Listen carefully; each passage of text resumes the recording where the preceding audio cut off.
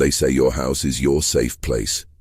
Tonight, every one of these people found out how wrong that can feel. Welcome to Prepare for Fear, the most gripping horror stories, Volume 33. I'm Alejandro. If you're settling in for the night, do it with your eyes open just a little. Headphones help, but that's your call. These are confessions sent to us, simple accounts from everyday people who woke up to something they couldn't explain. I won't tell you what to believe. I'll only ask you to listen and to notice how ordinary things, a bed, a statue, a bathroom mirror, can turn on you when the lights go down. The first story comes from a small town near Mexiquillo. The voice is that of a young man.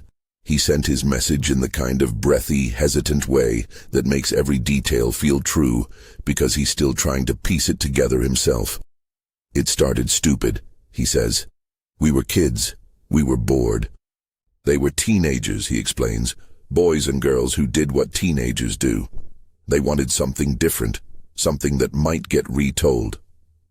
Near town there was a place everyone avoided, a stretch of scrub and rocks where the earth dipped into a hole. Old people called it a duende hole. Children dared each other to throw pebbles in. Nobody messed with it too much. But that night they walked to it with flashlights and beer and the reckless conviction that folklore was just boredom with a costume. It was small, barely a dip, but deep enough that when you leaned over you couldn't see the bottom, he remembers. We dropped things. At first it was a coin, then someone threw a shoe. We laughed. I felt this stupid thrill like we were breaking some rule. They left. They went home, the town shrinking behind them. And in the morning something was missing from the young man's house, his sister's little red bracelet, the one she never took off. He chalked it up to being careless. They all started blaming each other for taking things as a joke. Keys disappeared. A pocket knife vanished. Small personal things never in the same place twice. It began with the bracelet, he says. Then one night, my little sister woke up crying. She said there was someone under our parents' bed. She'd never said that before. She was 4 and she kept pointing. I went in and I thought, okay, intruder, prank. But there was this smell like, I don't even know, like animals and dirt, but something else. He explains how the house was the kind of place with wood floors that sighed and a ceiling that sometimes settled with a sound like a far-off exhale. That night the house felt heavier, like the walls had stepped closer. He kneeled by the bed and peered under. He describes what he saw in the simple, stunned way of someone who is still trying to speak without committing to the truth of it.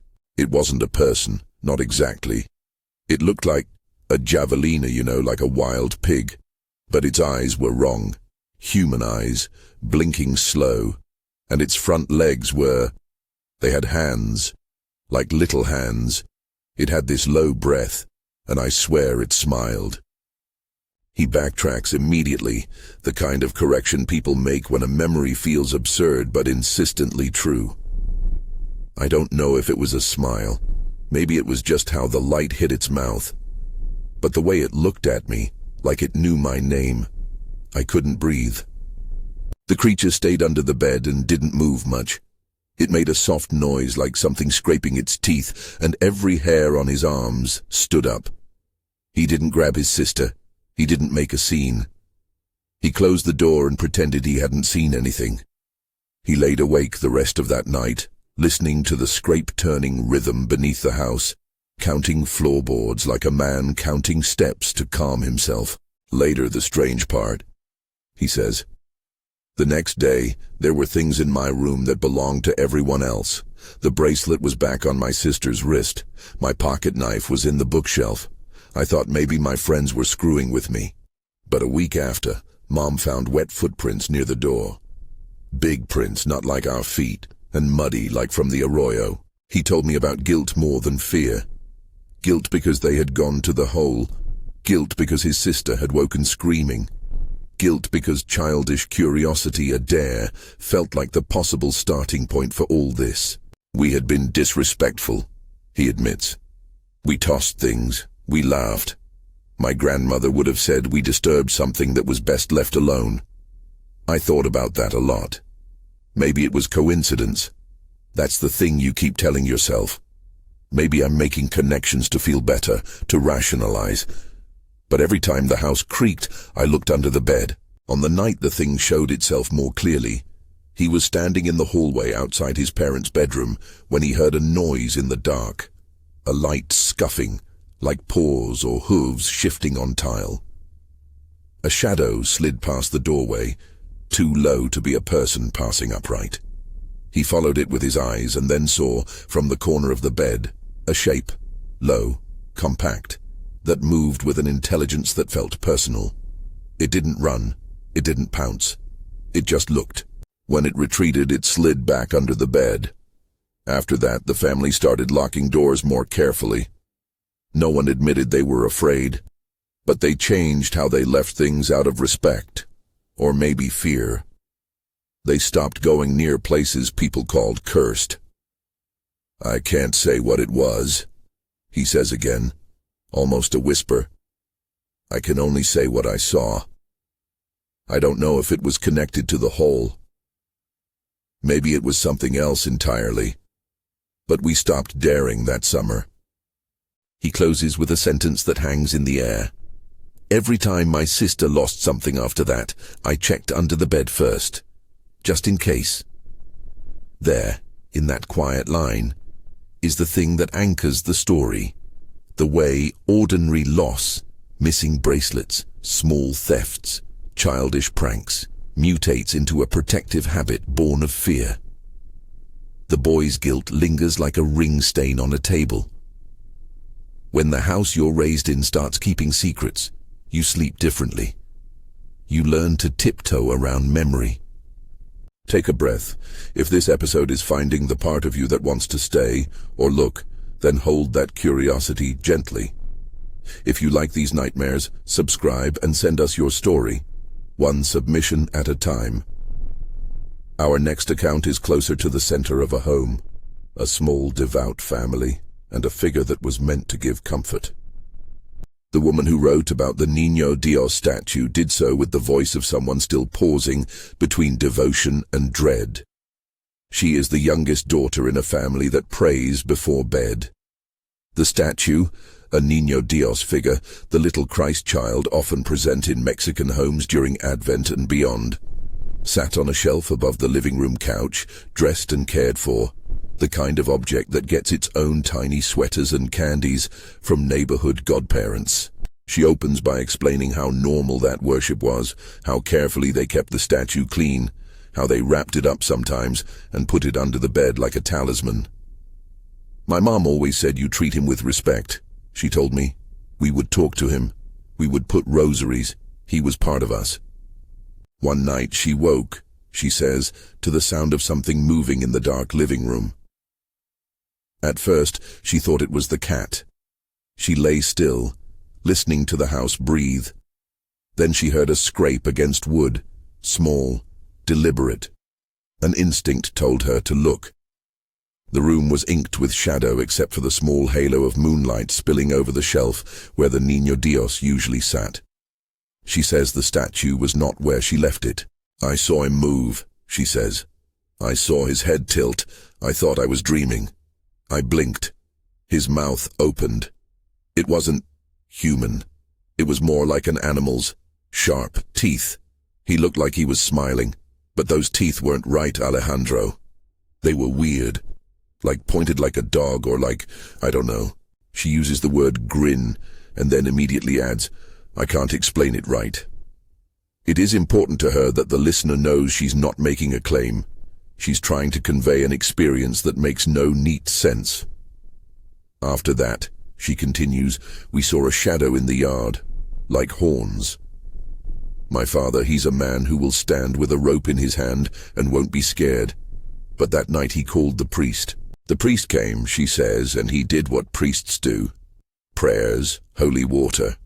The quiet, slow cadence of words meant to restore order when the world feels irrational. They didn't yell or burn things or perform dramatic rituals on camera.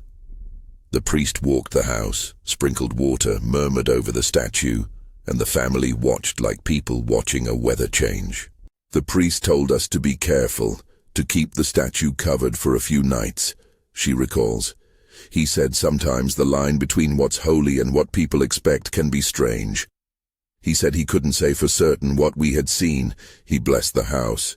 He said he would say extra prayers. Does that mean it was a thing? I don't want to say it was. I can only say how it felt. After the prayer, the statue was returned to the shelf, wrapped in cloth during the days. The family stopped leaving toys and sweets out at night.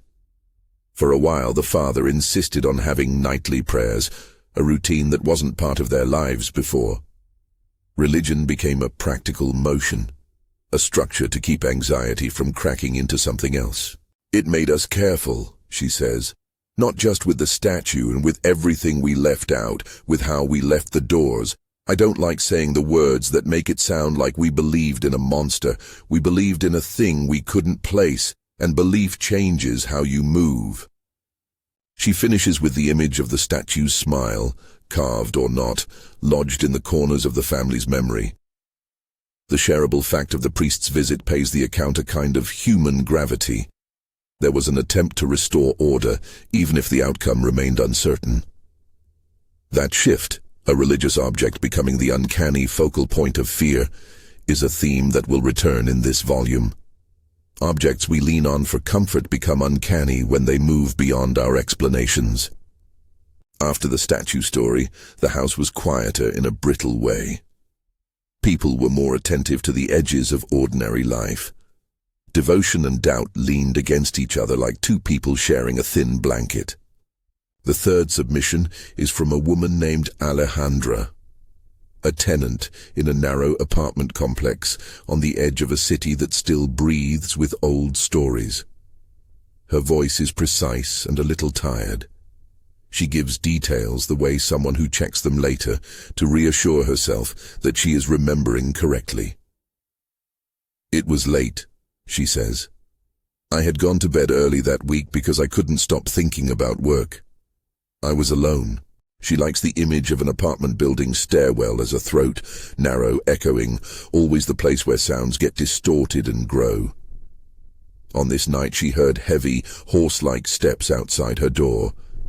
They were slow and deliberate, the kind of sound you don't expect in a building where most people walk light and quick. I thought someone was moving furniture, Alejandra says. But there was no mover noise, no voices, just these steps. Not up and down like someone walking, heavier, like something big pacing. She pulled the blanket up, then sat at the edge of the bed to listen. The hallway was unusually still, as if the rest of the world had held its breath. She throws in that word, freeze. The sense that everything stopped, even the city sounds outside muffled. In that suspended quiet, she says, she felt watched. It came up the stairs, she says. I could see the shadow through the crack in the door. It was tall, thin, like a dog on stilts. Not just a dog, though. It moved wrong. The shoulders were too high. The head had this long, narrow snout. It wasn't barking. It didn't make any noise, but the footsteps were exactly the same pattern as a horse. I thought about calling out, but my throat closed. This is the moment she shifts her verbs and speaks present tense to reconstruct the immediate terror. It steps into the landing. It passes the apartment across. I can't move. It sniffs, like it knows where something is. It goes up the stairs, and then it's at the top of my building, and for a second I can see it. It's looking right at my door. Then it just stops. The world feels like glass. I feel like every breath is a live wire. She describes a sensation rather than an action. The feeling of being folded in on herself.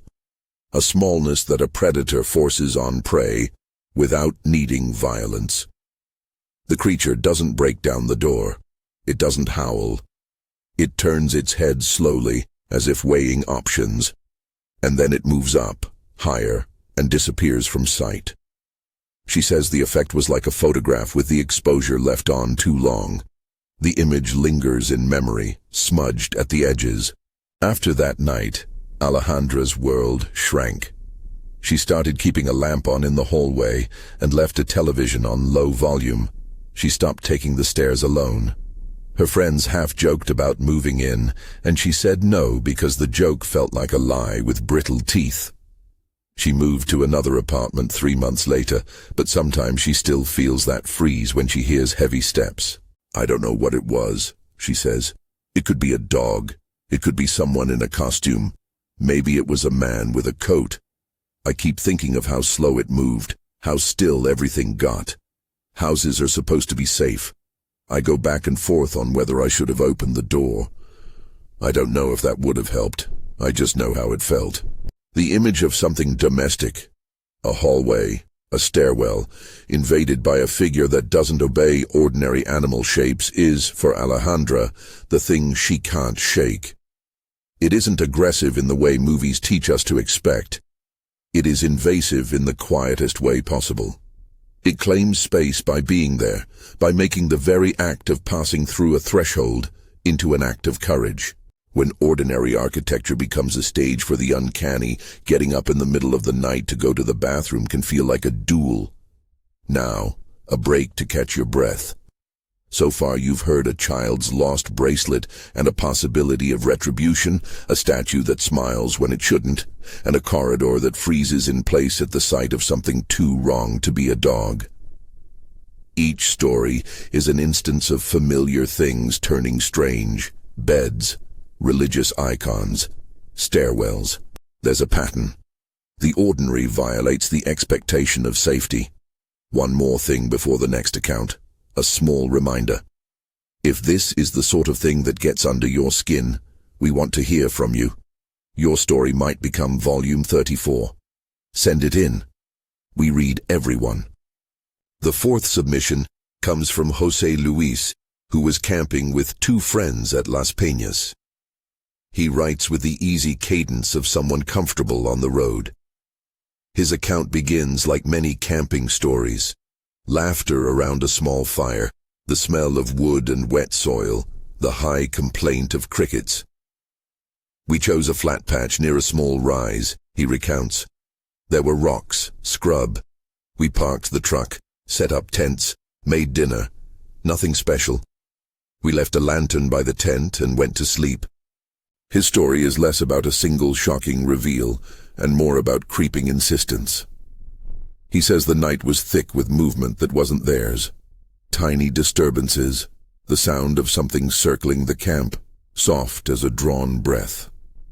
"It started with footsteps in the brush," Jose Luis says. "Like from a person walking slowly in a circle, not close enough to touch the firelight, but near enough that you felt it. We shone a flashlight, and nothing, just trees, dark. The dog we had with us barked at first and then went quiet, like it was listening, not reacting. At some point, a dog appears. Jose Luis isn't sure where it came from, only that it came and lay at the edge of the light like a silent observer. The dog didn't approach. It stayed outside the circle, eyes reflecting like coins in the fire. They expected it to leave, to run off into the brush, but then it stayed, and the footsteps continued around them, making a slow orbit. We thought someone was out there, a hunter or a drunk with a flashlight, he explains. So my buddy took the lantern and walked out. He returned pale and quiet. He said he hadn't seen a person, only the dog, and footprints that didn't match any boot he had, small and close together, like someone's walking on tiptoe. The pacing here slows as Jose Luis remembers listening to his own breath in the dark. The sense of being encircled is a pressure. He writes about the sky, a sheet with the campfires bunched like warm moths, and the way distance seemed to contract until the woods felt like a wall pressing closer. Later, one of us said he saw a little face, Jose Luis says. Not a child, not right, just a pale, old face, like a small old man. It was quick, like someone peeking, and when my friend turned the light, the thing ducked behind a boulder. We thought, trick of the lantern, maybe a reflection, but after that the noise changed. The footsteps came up to the tent and stopped. He describes trying to sleep and waking every so often to the feeling of being watched inches away. The dog remained at the border between light and dark, unbarking, steady as a sentinel. At dawn, they found 3 new sets of prints around the tent, all small, some overlapping, none matching anything their boots should have made. The dog was gone. José Luis frames the event as something that didn't attack but persisted. It didn't rip or lunge. It inhabited the circumference like a test. They packed up early and left while the sun was still low. In the truck, they looked at each other and said, "We should never come back here." He repeats that line with the resigned disbelief of someone who thought himself brave until the night pressed in. "It left me feeling wrong," he says. Like the night was a thing with teeth, but it preferred to circle than to bite. I don't know if it was a spirit or an animal or my mind messing with me. All I know is that at some point, standing by a campfire, you realize there are places that keep their own hours and don't mind if you pack up and leave. José Luis's account is where the theme of folklore meets the modern world. Tent, truck, flashlight, and an old watching thing that prefers to test boundaries rather than break them. The wilderness holds the stories tight. Sometimes they answer back. At this point, I want to pause the narrative. We've already been through homes, through devotion turned strange, through stairwells, and into the wild. But there are more testimonies in this volume, and they escalate in a way that pulls at the idea of home itself. The next story involves a house shared by several people and a presence that first plays, then demands. It is the kind of account that doesn't just unsettle an individual, but forces a group to make a choice about whether to stay. The house belonged to Ricardo Cerrón's friends. Ricardo sent his submission in a voice that clipped between anger and exhaustion. He is explicit about what changed, small, playful disturbances that grew into something territorial. It started with toys moving, Ricardo says. Not all the time. A ball would be on the couch when no one had touched it. A spoon would be in a drawer we hadn't used. Little things, you know. It was annoying. We laughed at first. The house was a typical shared home. Mismatched dishes, bike helmets in the hallway, someone always coming and going. At first, they treated the oddities like pranks. The roommates suspected each other. Names were muttered. The tone was more irritation than fear. But then the phenomena escalated. A pattern emerged that made it harder to call it a joke. Things started slamming, Ricardo says. Doors that were closed slammed hard. Lights would flicker. One night we heard a voice like someone whispering from the ceiling. "Get out of my house," it said. Not like a person shouting, it was flat. The first time it happened, we thought it was one of us messing around. The second time, there was nobody in the hallway. Here the tension takes the shape of invasion. A presence announcing itself, staking claim. At first the group tries rational strategies, installing cameras, keeping a schedule of who slept where, calling friends over so it wouldn't be empty. The cameras, Ricardo admits, didn't capture anything conclusive. The audio picked up the rustles and the slams, but the images were smeared or blank where something should have been. We started seeing it play with our things, he remembers. It would put cups on top of doors, move a shoe to the roof. One of our rooms had an unfinished second floor.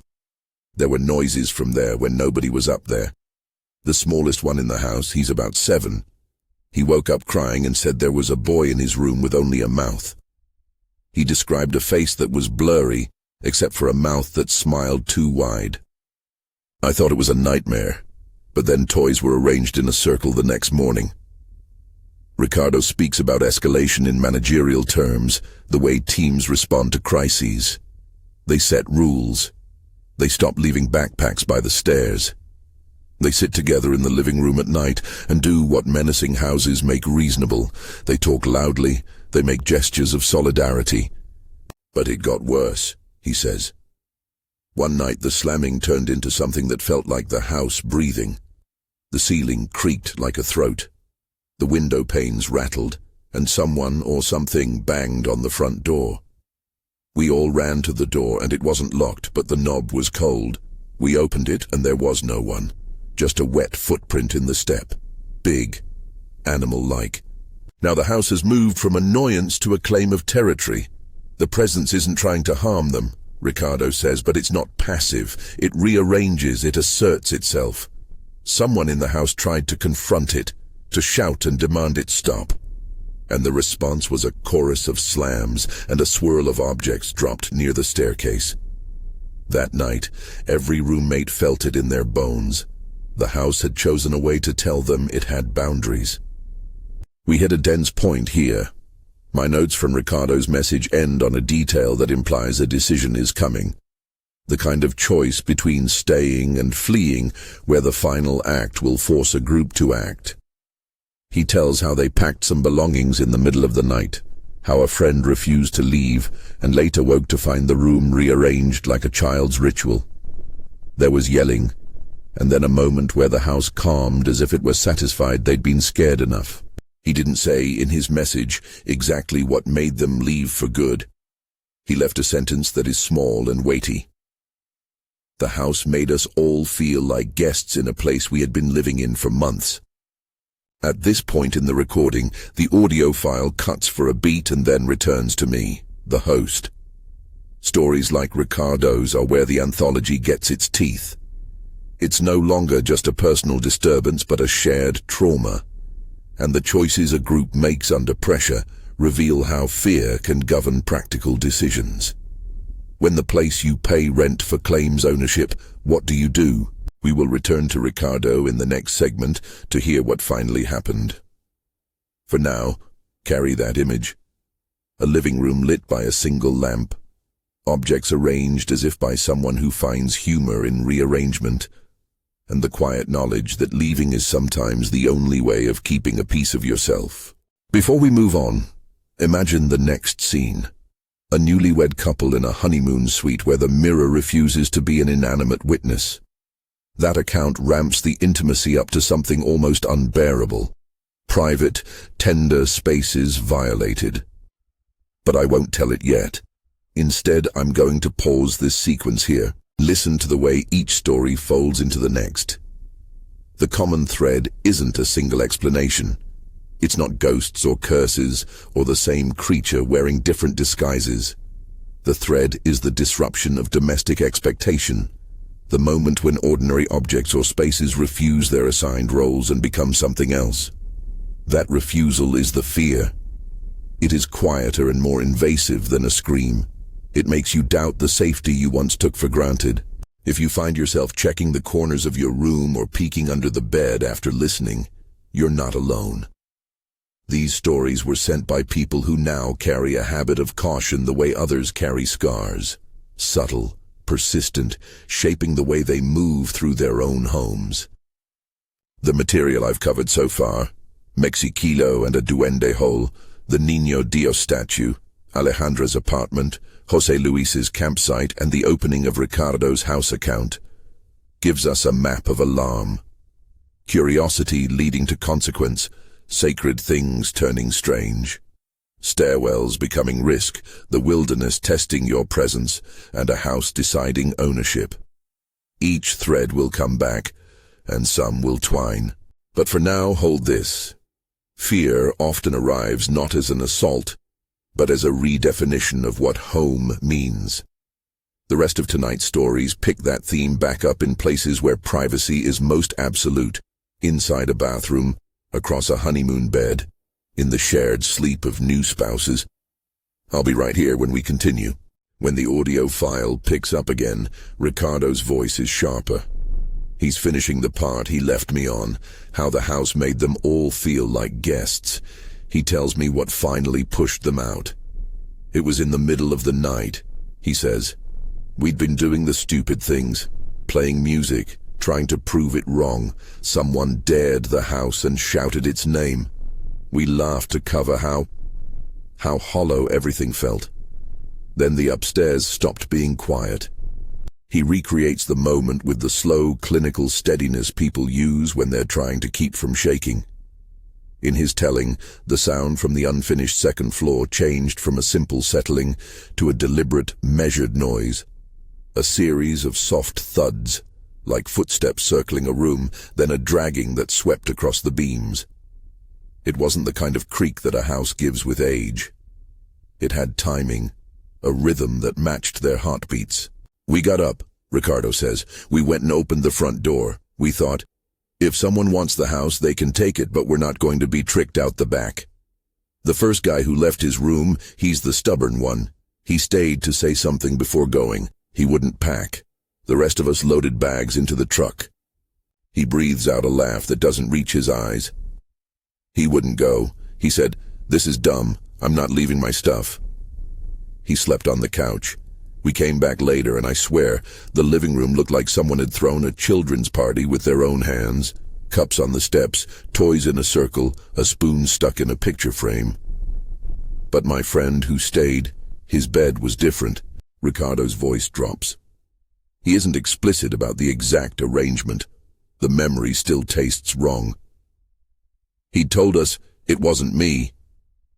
He said he'd felt a presence leaning at the foot of the bed, and in the morning everything was arranged around him, like things had been put neatly to make him smaller. When he finally moved his bag out, he cried. He told us the mouth. He'd described that kid with only a mouth the little one had seen. He said at night it told him to go. He said he couldn't look at his room without expecting something to be behind the door. They left that night, half because of fear, half because the mundane necessities of bills and jobs felt less important than whatever had decided those rooms weren't theirs. In the weeks that followed, Ricardo says they tried to be rational about it. They told friends, who either laughed or worried. They installed a cheap motion light and checked the lock every time someone came home. Some slept in shifts. The one who had refused to leave moved in with his parents for a while. The house didn't follow us, Ricardo says. If it could, I think it would have. But it stayed and kept whatever it wanted. We learned that you can't always make your home safe again by turning the key. He adds softly, "It sounds silly to say, houses don't take things, but we felt taken from." He ends with a line that keeps repeating in his calls. They didn't feel alone anymore in their own lives. The presence wasn't violent in the way movies sell violence. It was possessive. It made mundane gestures, moving spoons, stacking cups, feel like verdicts. Their evacuation wasn't dramatic. They didn't stage an exorcism or burn the place down. They eased their furniture out and changed who slept where until the house no longer had ready access to warm bodies. That, to them, was enough. The weird thing is, Ricardo confesses, sometimes I miss it. Not the feeling, no, but the way it made us talk. We used to be roommates who kept to ourselves. For a while their terror made us take care of each other. There's a small, private grief threaded through that confession. Fear had forced a kind of fragile solidarity. When the danger receded, so did that closeness. It's a trade-off he hasn't decided was fair. The final submission for this volume comes from Enrique and his wife, newlyweds who thought the honeymoon would be a bubble. Enrique's voice is careful, like someone rehearsing where all the edges of a memory might cut. He gives names sparsely, leans into the awkwardness of telling a story that sounds like a private thing exposed for a stranger's ear. "We picked a little hotel," he says. "It was near the water, small, with old tiles and a balcony. The room looked like what you see in magazines. We were exhausted. First night, nothing. We laughed about how tired you get on a honeymoon. The second night is when things got wrong." Enrique tells it in a way that separates the sensory from the judgment. His wife woke disoriented. She told him later she had walked down a hallway that felt longer than it should have, then came back to the bed feeling like the room wasn't shaped the same as it had been. She remembered standing in the dark and not knowing which way to turn, the way a house can feel like a maze if it decides to be unhelpful. She said later she had the impression of someone else in the room, a presence threaded into the geometry of the suite. "I didn't get up that night," Enrique says. "I told her to go back to sleep. She thought maybe it was jet lag." He hesitates. But later, around 3 or 4 in the morning, I heard water. I got up to go to the bathroom. The door had been cracked like someone else had been there. I didn't think. I turned on the light and looked in the mirror. He pauses before the line he knows will sit like a stone in the listener's throat. In the mirror was a woman in the shower. She was naked. She had wounds. Lots of cuts, fresh-looking. They weren't described in the way a surgeon would. More like the kind of open lines you see when something's been scratched. Her face, I couldn't see it. It was turned away or shadowed.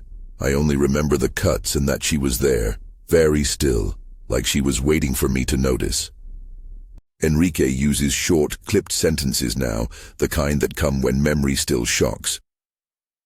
I felt a coldness that went through my palms. I thought I should say something.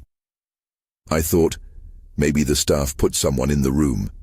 Maybe it's a trick of the hotel lights, or condensation, or a reflection of something outside. But the shower wasn't running. The towels were dry. There was no one there when I turned the light fully on. He tells me what they did next in the matter-of-fact way that people use to cover embarrassment. They blocked access to the bathroom. Not theatrically, no dramatic ceiling, but a pragmatic solution. They put a line of chairs in front of the door and slept in the living area. They called the front desk in the morning and said someone had taken a shower in the middle of the night and hadn't paid. They couched it in practical language because the alternative was to say the word haunted and sound like they were making things up. The girl at the desk looked at the cameras and told us there was nothing, Enrique says. No one was seen going into the bathroom. The manager offered another room, no extra charge. We packed and left the next day. We didn't stay for the rest of the honeymoon. But leaving doesn't unmake the image. Enrique confesses he still catches himself in reflective surfaces, the rearview mirror of a car, the chrome of a stove, and looks to see who else might be sharing a reflection with him. His wife won't bathe at night alone, and they both avoid long staring looks at mirrors in hotel lobbies. They blocked a bathroom, not because they were convinced of an explanation, but because the ambiguity itself became intolerable in the place where privacy should be simplest. I can't say if it was a ghost, or someone's cruel art project, or a trick of tired eyes, Enrique says. I can only say the way it felt. It felt like a claim on something private. It felt like a line I couldn't cross without being watched. He ends with a small, furious line you hear often in these accounts. We refuse to make that room ours. Each story in this volume keeps returning to the same gnawing idea. The ordinary becomes the scene of an accusation. That's true whether the accusation is tied to a local hole in the ground, a statue meant to comfort, a hallway that freezes the world, the circumference of a campfire, a house that rearranges lives, or a bathroom that refuses to be private. None of the witnesses I spoke with offered definitive explanations. None of them expect the listener to accept a neat answer. They offer instead the textures of their nights, the smell of damp dirt, the soft scraping under a bed, the way a shadow can linger like a part of your memory. There are a few threads I want to pull together before we let the night settle. Across these accounts you see ritual, both accidental and intentional, as a response. The family with the Niño Dios welcomed a priest to perform the motions that restore habit and distance. Ricardo's group created routines and light to fend off a presence that preferred rearrangement. José Luis and his friends packed and left at dawn. Faith, practicality, and flight are the three responses I heard, each with its own cost. Another is the way curiosity opens doors. The boys who tossed coins into a duende hole said they only wanted a story. They left with the weight of suspicion and a protective habit around a child's bracelet. The campers who laughed into the dark found that laughing didn't close the space between themselves and whatever listened. Curiosity and disrespect are not identical in all these stories. Often it is convenience or forgetfulness that seems to start things, but there is a moral logic the witnesses can't entirely dodge. Small acts can feel, in hindsight, like invitations. Finally, there is memory's role. Each witness keeps a catalogue of the small precautions they now carry, checking under beds, keeping statues wrapped, leaving a light on in hallways, sleeping in another room. These are forms of survival that don't necessarily defeat whatever happened, but they give a measure of control. They're rituals born from unease. I don't pretend these are explanations. I'm not saying any of these things prove a ghost or a curse. They are personal truths, how people rearrange their lives when the nights stopped making sense. That uncertainty is the idea that keeps these stories alive. We don't end them with a closed verdict because these people didn't end their nights with new certainties. They ended them with habits and half-answers and a different way of locking a door. Before we close Volume 33, there's one private note I ask each witness. How do you sleep now? The answers are small and plain. Ricardo says he sleeps with a fan on to cover the subtle sounds he can't trust. Alejandro leaves a TV in the hallway. Jose Luis avoids certain trails. Enrique and his wife avoid mirrors at night. The boy from Mexiquillo checks under beds when his sister loses something. These are not heroic acts. They are weary, sensible concessions to a world that sometimes fails to obey the rules we rely on. If there's a final lesson here, it's less a moral than a state of attention. Houses, statues, hallways, campfires, these are all settings where people expect a kind of comfort. When that comfort breaks, whether through an odd grin on a wooden face or the patient circling of a thing in the brush, people respond in practical, human ways. They lock doors, call a priest, turn on lights, leave. So prepare for fear, not as an act of bravado, but as a subtle readiness. Keep your habits, check the corners, respect the old places people still whisper about, and listen to your child's voice when they point to the space under the bed. And if tonight leaves you unsettled, you are not alone. These stories are small confessions, attempts to name what doesn't easily fit into daylight. If Volume 33 touched something in you, if a corner of your life now feels as if it needs company or caution, send us that story. We read every submission. Share this episode with someone who keeps the lights on, and subscribe so you don't miss the next volume. Send your experiences to the address in the episode notes. We want to hear the ways ordinary things have surprised you. For now, keep your keys close, check under the bed once more, and remember that sometimes the most dangerous thing is not a show of force, but the quiet redefinition of a place you thought you knew. I'm Alejandro. Thank you for listening to Prepare for Fear, the most gripping horror stories, Volume 33. We'll be back, and the night will have more to tell.